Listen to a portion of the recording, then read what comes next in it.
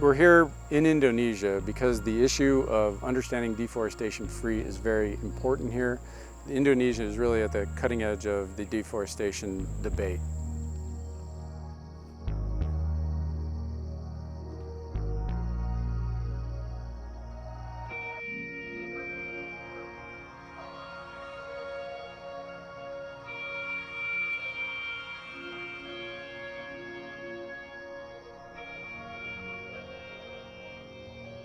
Right here is a palm oil plantation, a fairly old palm oil plantation that's run by a community of growers called Amana, and they've formed an association.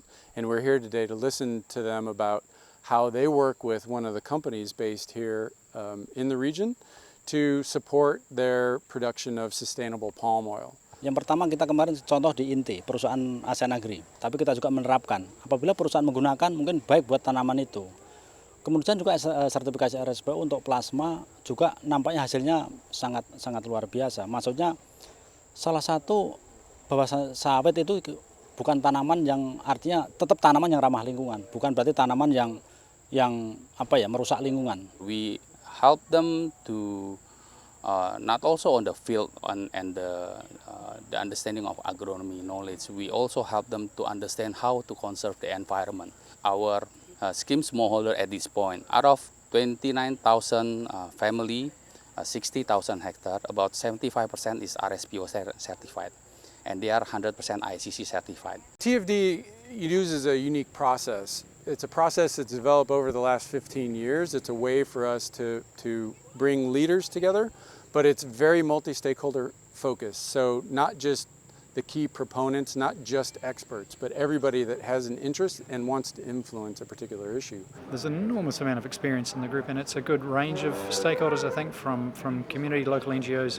through to a range of corporate perspectives and others. And being actually quite a neutral forum, I think, for these players who are here, between communities or companies. It's not the usual sort of conference setting.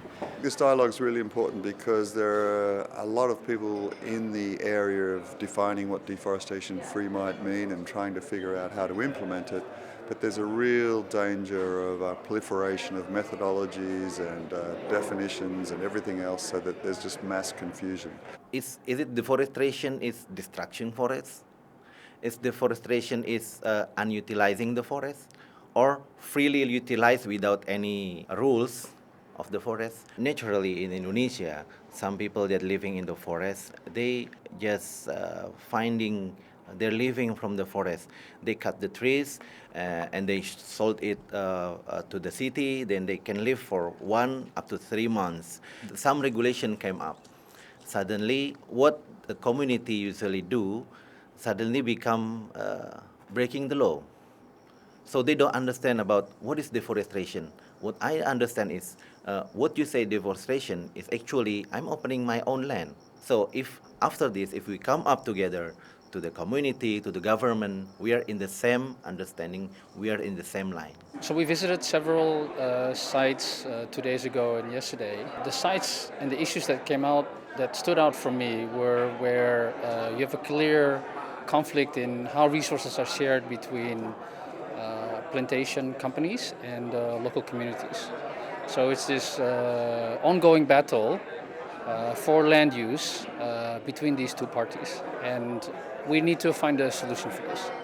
How to resolve this peacefully, how to help the company grow, but also how to fulfill the community aspirations and needs.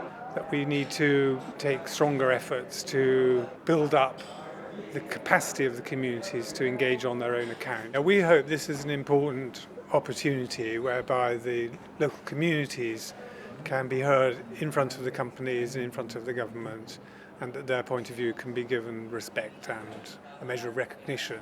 The main driver of deforestation in Indonesia, mostly because the development is not really well planned. Because of this global requirement, the government already made a lot of commitment internationally, such as emission reduction 26%.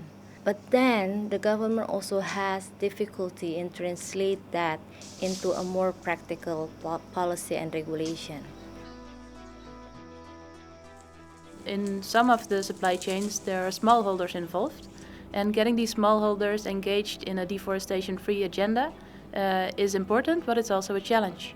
And one of the discussions that we had is that in order for smallholders to get engaged in that agenda, it's important for them to see benefits. There were several sort of means that we discussed for incentivizing smallholders, and the majority pointed towards improving yields and improving productivity, so really having dedicated programs for smallholder intensification. I work with a group that is called Forest Solutions Group, representing roughly 20 companies along the forest product supply chain. I think the field visits have shown where these global commitments on deforestation-free really hit critical barriers. At the same time, though, also some of the potential that is out there to actually move the needle on fighting deforestation.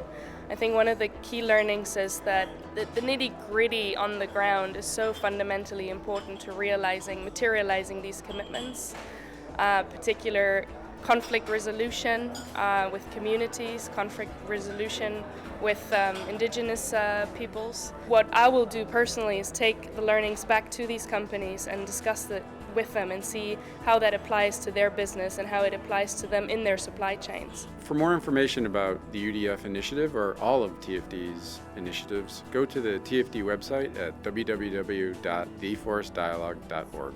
Find the Forest Dialogue on Twitter, LinkedIn, and Facebook.